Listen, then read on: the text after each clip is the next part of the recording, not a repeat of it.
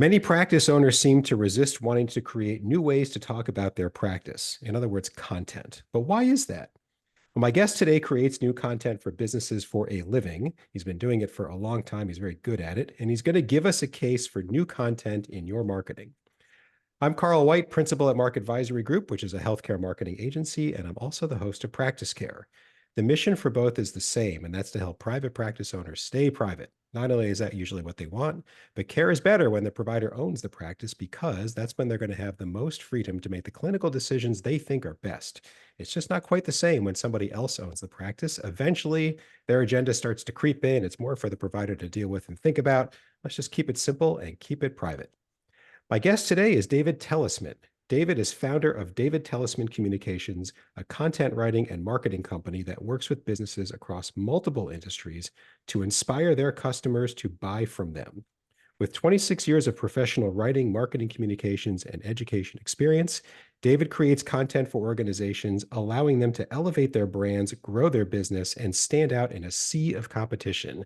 David, thank you for coming on Practice Care. Thanks, man. It's good to see you, Carl. It is. You too. We're good friends. We see each other way more often than this, but we've been talking about doing this episode for a while, so it's good we finally got it on the books. Um, any listener who's listened to even a couple of episodes knows where I'm going to start. That bio is brief. That's what I asked for. Tell us more about you. That's all there is to it. So we could end the episode right Just zip right here. through. You are a writer. I would expect it to be on point, but nevertheless, come Right. on. Sure. Sure. Yeah. So you mentioned I'm a writer. I've been doing that my whole professional career. So just a brief overview Mhm. is started my career as a journalist in South Florida, moved to the Midwest and continued that. I Mhm. was covering arts and entertainment in Northwest Indiana and Chicago.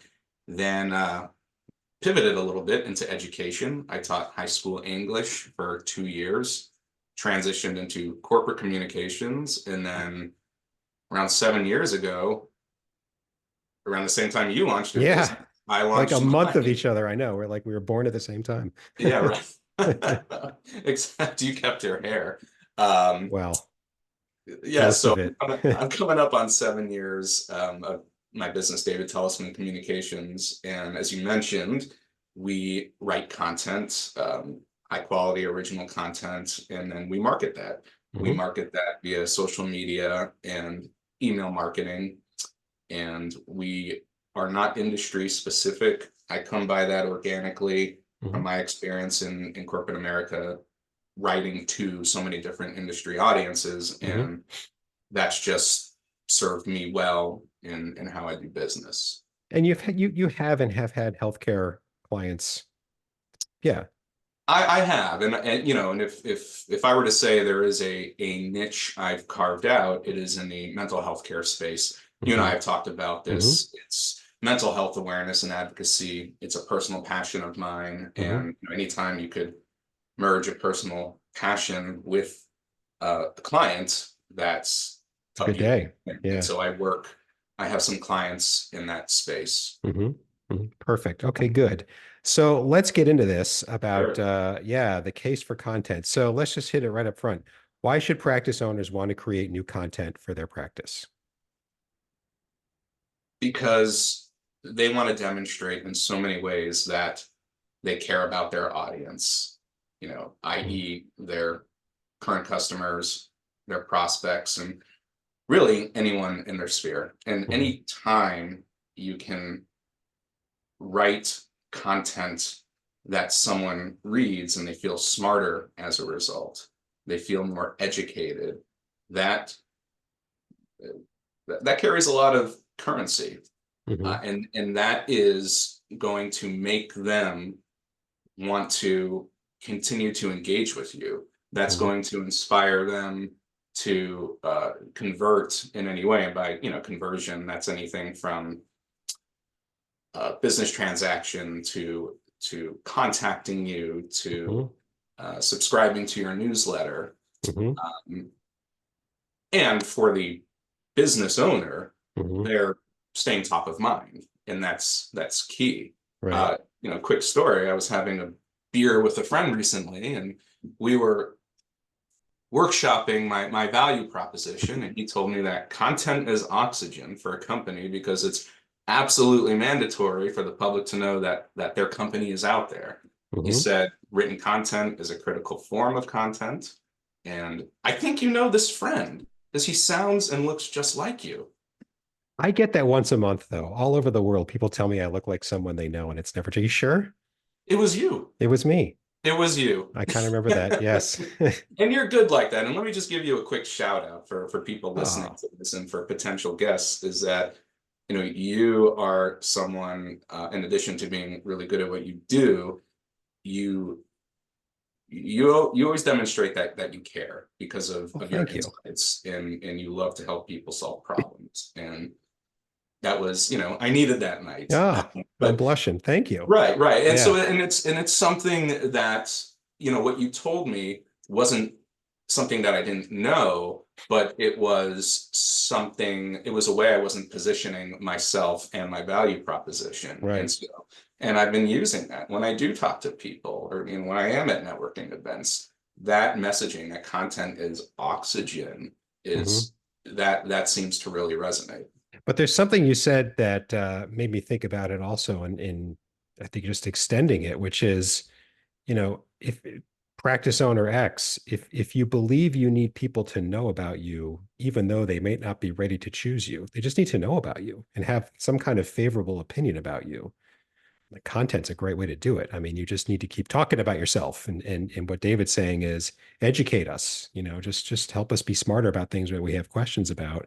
And it just plants the right kind of seed in your brain. Um, but I guess if you don't, if you only care about people knowing about you when they need to choose you, okay. But Right. That's so true. And it has to be ongoing. mhm, And, the content has to appear in many different places. As you know, if mhm, you just publish a blog post or a case study or success story on your website, you're not going to gain much traction. That has to be pushed out on social media, via email marketing campaigns. I say yeah, leave no content stone unturned. And mhm, when you're keeping people in the conversation, and especially if they're potential clients, that is just such a positive message. They know mhm, that, geez, I'm always going to hear from this person. And so if well, if your competitors aren't doing it, then of course you have a leg up. But right. if you're not generating content, then your competition has a leg up on you. Mhm. Yes, please remember, practice owner listeners, that your patients usually have choices. You are one, but not the only one. And Yes. so the competitive thing is out there too. So what kind of objections? So you're making this pitch, you're talking about it, you're not pitching and just describing what you do is not new. What kind of objections do you get? I think a concern, and there's more concerns than objections. Hmm. But obviously concerns are what influence objections. It is, I would say the primary one is because I am not the the practitioner, right? Because if I'm not the mental health clinic director, Hmm. or if I am not the roofing contractor, then people are concerned how can I write content if I don't have that expertise? Hmm. And well, I mean, number one, there are a few industries I haven't touched. Hmm. Um, but most importantly is I really take the care to understand the business, the business owner, the business culture, and of Hmm. course their audience, and that is fulfilled initially through discovery, and then on an ongoing basis. And so the way that I'm able to respond to that objection is letting them know, like, hey, you are the primary subject matter expert. Hmm. You roofing contractor, you're going to know more about your trade than I will, Hmm. but I can extract that from you such Hmm. that it will take not much of your time. And then I have that knowledge. And look, I've been doing this a long time, so I know how to research, but I also really know how to listen. so that Hmm. I could develop content from there. And of course, Hmm. it's a partnership, but without my client having to do the heavy lifting. So, Right. following discovery, I will generate if it's blog topics or a think piece topic or whatever. And once I get approval, I run with it. And of course, the client has to then review anything else that gets published. But Sure. it becomes a well-oiled machine. And, you know, I have many jobs, but the biggest one is to establish that Yeah. trust from the Yeah. outside. Yeah. Well, and the other thing you can do that the rare business practice owner, anybody can do is talk in plain language to the audience. It's funny, like when you're saying that, like, you're not a roofer, how could you write about this? Well, if you want me to write to other roofing experts, you're right. But if you want me to write to people like me who don't know the jargon and could frankly get turned off by it, well Right. then, I think I know what to do here, Yeah, and translating it. and that's an important point. And something else I'll add is for my B2C clients, um, I alleviate any concerns they have because I'm a consumer. Right. So I could very easily put myself in the shoes of their customers. Mhm. I mean, I've had work done on my house, or um, You've seen a doctor. I mean, or I've seen a doctor, once or right? twice. Once or twice, or Yeah. I mean, I've bought a couple of homes, and so I have clients who are in real estate law, and who are realtors, and I've gone through that process. And then also, um, I, with my B2B clients, I could resonate with their audiences because I'm a business owner. Hmm. Hmm. Yeah, and so it's translating it.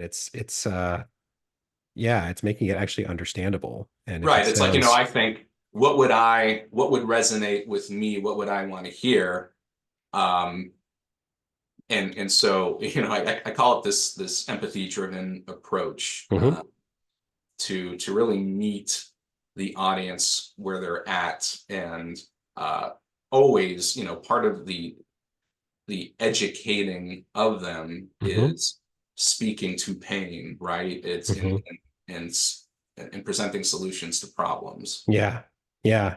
I remember we got our roof done a few years ago and we were like, well, who's better? And I finally said, I'm like, I don't know. I've never put a roof on. I don't even know how to fact check or spot check what they're saying. So we actually knew somebody who did. That's how I did it. But I'm like, I don't know. I mean, you have to go by Right. trustworthiness and just who seems more trustworthy. And one way to establish that is what can I find out about each of these people? Well, let's go on their website and see Right. what they say about, you start to build a feeling. And Exactly. And when you're shopping for that and you compare one roofing company's website to another, and one has content, one has an mhm, article or news or blog page, and you see that they're pumping out content on a mhm. regular basis, and the other doesn't. It leaves a mark. It does. Advantage content producer. Yes, exactly. Yeah. Exactly. So one, I guess, concern is, you know, you're not a pediatrician. How could you talk this way? What are some other ones that you hear? Let's get them out and just knock them Yeah, down so we can hopefully open some people's minds here. let's get them out. So, another objection or concern would be someone who had a bad experience with a previous Mm, marketer. hmm. And Yeah. those are my favorite kinds of prospects, because when we delve into it and I listen to what went wrong. Hmm. And you may have heard this before from your prospects. It's incredible. It's like, well, their writer will ghost them, or their writer will just provide an outline and expect them to fill in Hmm. the rest. And that just blows my mind. It's, Hmm. you're paying for someone to do this. Hmm. And when I tell them, oh, no, you're not gonna have to do any of that. Yeah. You could be as involved as you'd like. And some of my clients do prefer a more collaborative approach, and that's fine. Hmm. But when they hear that they don't have to come up with the topics, that they don't have to write paragraphs, they're very Yeah. relieved and surprised. So we're both surprised, right? Yeah. But so that works to my advantage. But then also that's a situation where again I have to establish that trust with them Hmm. because their worry is, well, geez, I don't want this to happen again. Yeah. And I explain why it won't, because one, I just don't operate that way. And, Yeah. I present my success stories to them. Hmm. Yeah, I tell clients, I'm like, look, the minimum I need from you is just I need you to be the subject matter reviewer, right? I'm not a doctor, you are. We're not doctors, you are. So make sure things are Right. clinically accurate, um, or it fits with the prior something, but please don't wordsmith, please don't rewrite unless you think it's really terrible. We'll cover all that, language level, everything.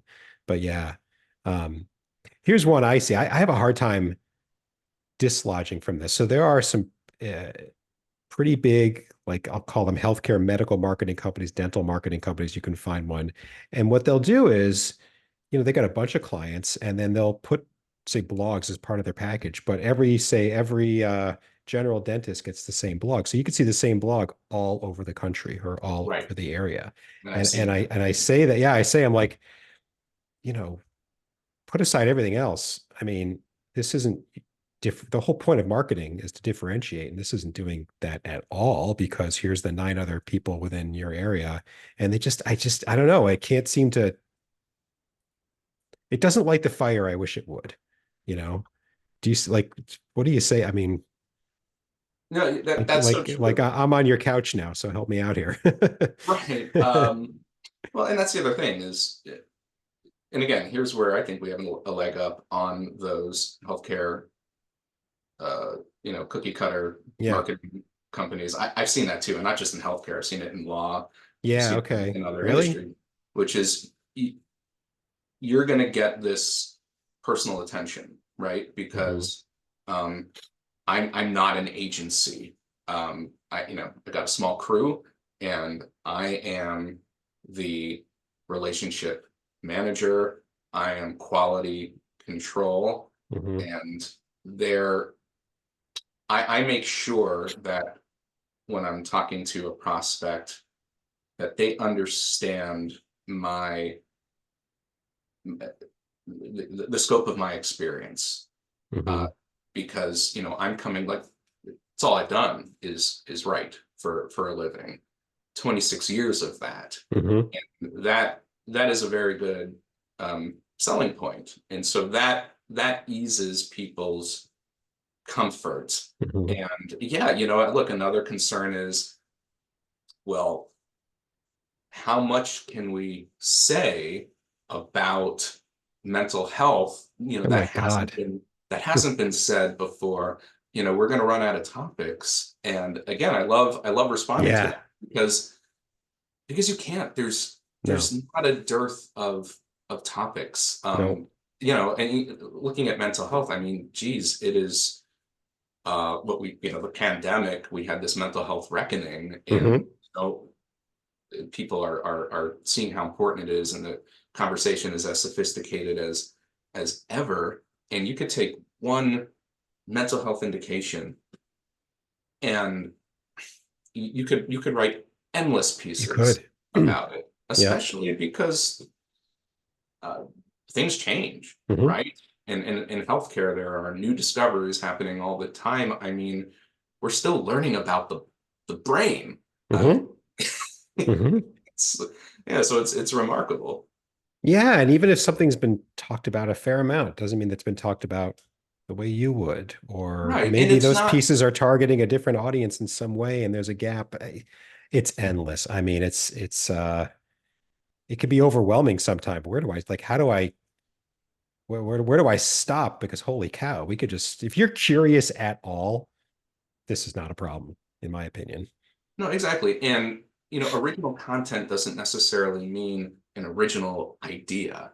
Hmm. It means an original approach. It's an Hmm. original piece. Hmm. So, uh, and that's where I really lean into my work. And that's where I get so much satisfaction, is to be able to take something, a topic that has been written about, but make it my client's own, Mhm. and really um, craft it in their voice, Yeah. right? And that's another concern. Well, it's I'm not writing it. My client is saying I'm not writing it, but how will you be able to write it in such a way that it sounds like it's coming from me? And um, that's that's one of Whose your voice would I superpowers. use? Yeah, it's like Yeah, it's it's what. supposed to be you. Yeah, yeah, Yeah. Yeah, and it's, the marketing companies, it's I just and I just listen to this, I think, well, Dr. X, you just paid a company to make you sound the same as all these other places. Why I'd rather you spend nothing than pay money to be the same. I right, mean, are you the same as them? Maybe if you think you're the same as these nine other places and there's really nothing to distinguish you, well, then right. that's money well spent. But otherwise, I mean, you just paid to sound the same. Yeah, not to mention that you get penalized by Google and search engines for publishing It doesn't help. It's not what it duplicated was, but it's like, content. Right. yeah, it's, somebody says, I think I just read that and then they leave. Yeah, absolutely. Any Uh, other like concerns, objections, like big ones? I mean, there's everybody's got their own little whatever. yeah, But sure. just, Uh, well, and I'll address the elephant in the room, and there's AI, right? oh yeah. And I have spoken to people who have brought that up, right? Hmm. Can't I just use AI? Absolutely. Yep. And I am not, AI is not my enemy. When ChatGPT hit the scene a year and a half ago, Hmm. I was very defensive, and Me too. Yeah, no, me I too. was sticking my head in the sand, but then I realized, well, this is something that I should learn about because I could speak to it and learn how to use it, understand its efficiencies and its limitations and its pitfalls. And that's what I speak to. Hmm. Uh, and I think one of the concerns of AI is, okay, well, do well, if someone says, well, why can't I just use it? Hmm. I'll say, okay, yeah, you can use it. However, you need to know how to use it. You need Hmm. to know how to train it. You need to know what prompts to give it. And oh, by the way, it changes from week to week. So keeping pace with its fluctuating and advancing capabilities is pretty time consuming. And Hmm. then, even though AI, it does a lot for you, they realize, well, oh geez, I've got to run a business. I don't know that I could take the time I to was just thinking that, like, learn this. well, have you done it? I mean, it's been around for a year and a half. Have you ever used it? Like, well, no. I mean, you can. We could part ways right now, and you could just start. So why haven't you? You know? Right, right. And Yeah. what's interesting is I was looking at HubSpot's latest state of marketing report, Hmm. and their the opinions of marketers that were surveyed about AI is there a very low percentage were worried that it's going to replace their jobs, Hmm. and that's refreshing. I mean, does it keep me up at night some nights? Yeah. Certainly. When you uh, survey those in the bullseye, you kind of wonder, but it's fair. it's it's fair, Yeah. but I was I I I count on, and my hope is that it can never replace the human element of know, like, and trust. Um, but it is out there, It and is. it's a utility now, and it's only going to get smarter. Mhm. But as long as people like you and I are practitioners and understand where it's at any given moment, Mhm. that's important. Just like any other tool, right? I Just like mean, any other it's tool. just, And yeah. again, it's just like our clients when they demonstrate their expertise and their knowledge, then their audience perceives them as a thought leader, right? Yeah. And so I'm able to freely and intelligently speak about AI, Mhm. then I think that I'm perceived as a thought leader in that space. Yeah. Yeah, absolutely. I think we got a good bunch of them out. And the reason I wanted to go through objections is because they're on people's minds. Right. Especially, I don't know, when it comes to marketing, when it comes to anything, there's just resistance, and hopefully we're getting through. It's um, be your own voice, you know, be attractive to people even when they're not quite looking for you. These are big deals. If you believe that you should be your own voice and you shouldn't sound like everybody else, and if you believe people need to know about you, even when they're not quite ready to choose you, well then you need to continuously talk about yourself, and that's where content comes in. How Right. can And just somebody get started? Oh, go ahead. No, can go I just ahead. say one more thought on that? And Yeah, again, this was a topic you and I discussed that time over beer, is that right. um, the best way to qualify a prospect is, like you said, someone who comes into a meeting already buying into the value of marketing. Yeah. They need to buy into you. And that, when you're able to meet with those people, then that automatically eliminates some objections True. that you would run into otherwise. True. True. Have to be a good fit. And this, look, there's no judgment on if you don't believe those things, but if you don't, then save your time in exploring what we're talking about because you're not going to believe it. So Right. move on with your life. Um, how can they get started?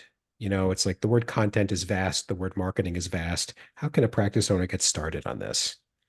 I think it started by asking questions, right? Because someone might, uh, I tell people, well, triggers to listen for, um, if you want to connect me with someone, is a business owner who says, well, I need help with my marketing. Hmm. And so that right there, that's an entree into it. So if you have that awareness, if the business owner knows they need to up their marketing game in some capacity, and usually they'll have an idea, like, I am not active online. Hmm. I am my LinkedIn presence is small. My website is static because I'm not putting new content on there. It's you could you start by almost doing a self audit, right? Hmm. Then it's okay. Who can I talk to? And then it's leveraging your network. Okay, Hmm. connect me. Reach out to someone who can connect me with a marketer or a Hmm. writer, and um, it's sitting down. It's having that discussion, and really it's uh, picking the brain of someone like you, someone like me, Right. and just listening, right? I mean, that's what we do, right? Yeah. We're in Yeah. business because we're good listeners. Um, and as long as if you identify the need and you're curious, Hmm. then things just flow from there. Yeah. Yeah. Cool. Um, so there's a couple of wrap-up questions, and I say this because you and I, those beers, that was more than a typical practice care size episode, but here in bite-sized advice land, a couple of wrap-up questions. First one is there anything you think I should have asked you, but I just didn't think to ask you? And if you don't have one, I have one. But go ahead, you go first. No, you asked really good questions. So I wanted to ask you about the online impact. And I forget the stat, but you've got a really good stat about, the impact on website traffic of blog versus no blog. Can you just talk about that a bit? Yeah, there's two important data points. Well, the first is that blogging, for example, it remains a top form of content marketing, Hmm. along with video and Hmm. other specialized SEO. Hmm. So that's great. Hmm. Um, Another data point is that the ROI percentage of marketers, companies that blog compared to those who don't, continues to grow. Say more about that. What exactly do you mean? So whatever you are investing in your marketing spend, Mm, specifically writing, you're continuing to see a greater return on that investment. You're continuing to see that marketing spend result in the new business, Hmm. new efficiencies, new capabilities. Got Um, it. and, so much of this is measurable, right? I mean, if we Hmm. take um, blogging and the email marketing of those blogs, Hmm. with my clients, we have we have above average open rates Hmm. and click-through rates, Hmm. and looking at Google Analytics, there's always, I'm not gonna say a correlation, a causation. Hmm. There's more traffic to the websites Hmm. that correspond to when a blog post is published. And Hmm. then same on LinkedIn, for example. Hmm. My clients, when I market blog posts on LinkedIn or Facebook, they are always getting more views, more impressions, than compared to things that I'm not posting on there. Right, right. And again, if that's, if you want people to walk by your store, your practice, or whatever, if you think it's good that more people do that, well then, this is the same thing, just online. I mean, if you were going to open a store, would you pick the worst part of town where nobody goes, or would you try to get the best location you could? Obviously, the best location you could. So you have to manufacture that sometimes, and you can do this. So yeah, that all. I'm glad you said those stats because there was even more than I realized.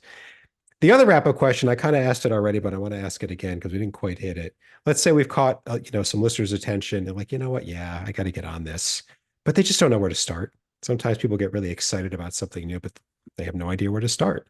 Are there a couple things, like super simple things they could do, as soon as they're done listening, to just get started on turning the tide and starting to, produce more content for themselves? Sure.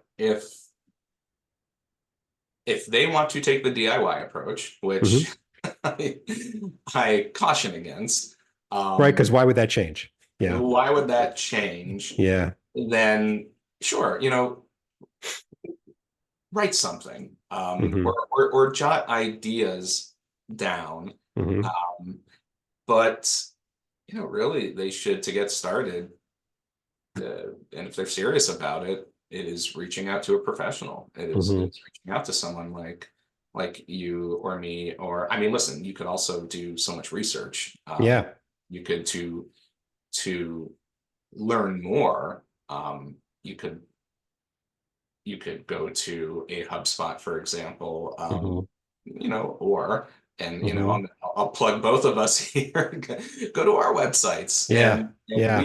we have content on there that explains what we do and the value. Hmm. And also do a competitive analysis. Yeah. Look at your competitors, see, and look at who is creating content and what that content looks like, Hmm. to get an idea. Yeah. Do Um, they have a blog page? What's the date of their most recent blog? If there's no dates, it's probably not that recent, right, but the good ones post the date. And so, right. Or if and then there's a date, yeah. I was going to say, if their latest blog post is from December of 2017, then that's it's usually an indication. Yeah. Typically, that is the business that has tried the DIY approach, and they realize, oh wait, geez, I have to run a business here. I'm not a professional marketer Right. or writer. Um, Or that's when they got and- busy and I don't need it anymore. Yeah. right, Yeah. right, Yeah. But rest assured that if you have some competitors that are particularly blogging more regularly than you, they're more visible. They just are. It's the unless their blogs are just terrible disasters, which they're probably not. Just read a couple of them. yeah. They're more Well, visible but than you. They a just lot are. It's the are. way it works. Well, yeah, but you can't That's really, yeah. Then you're hoping your competition's terrible, which is, Moving hopes. competition is terrible. And just another piece of data is that there are over 600 million active blogs right now. Hmm. And that number even surprises me. Are they all necessarily business blogs? No, but many of them are. And when you think Hmm. about it, that's almost what, double the population of America. And Yeah. if your business isn't one of these Hmm. businesses that is blogging, you are ceding precious content real estate to your competitors, and Right. you can't afford to do that. Right. Like, you know who your competition is. Just go to their, pick the top three, go to their websites, look for the blog page. And if they're blogs, you read them, you know, you're in the same, you compete with them. So you know if it's halfway decent or not. And if it is, I promise you, they're more visible than you are. They just Oppo are. research. Yeah. What's that? I said Oppo research. Yes, opposites, right. You are there, just more visible than you. Is that really what you want? I mean, is that, is that the way you think it works? It doesn't. So makes a lot of sense. David, thank you so much. Good conversation. I always love talking about this stuff because I just feel like, if we stick in the word content and all the jargon, it turns people off. But you say, look, you want to be visible. This is the way it works. You have to Right. keep talking about yourself. You have to keep demonstrating how good you are. Content's the way to do it. And so, and the reward is more visibility, it just is. And so it's just good to kind of keep bringing this to light. It's like a crusade. I really appreciate it. Oh, thanks so much, man. It's great to be on this podcast and really good questions. Yeah, thank you. And a long time coming. I'm glad we could do it. So you gave contact information to me, so we're going to get that in the show notes for your episode. So anybody who wants to get a hold of you now, they've got another way, three more ways to do so. Couple of points before we wrap up. First, if you are like David or I and you want to serve private practice owners, or if you're a private practice owner yourself, either way, if you've got some experience or expertise on the business side of private practice, please come on Practice Care and tell the world about it. In the show notes for David's episode and every episode, there's a link, a couple of clicks, super easy. Just tell us what's on your mind so we can get you scheduled as soon as possible. And finally, subscribe to Practice Care. Practice Care, one word, very easy. We're on every player and platform, easy to find. We have a new episode every week, and the easiest way to stay up to date with them is to subscribe. Thanks very much, and until next time.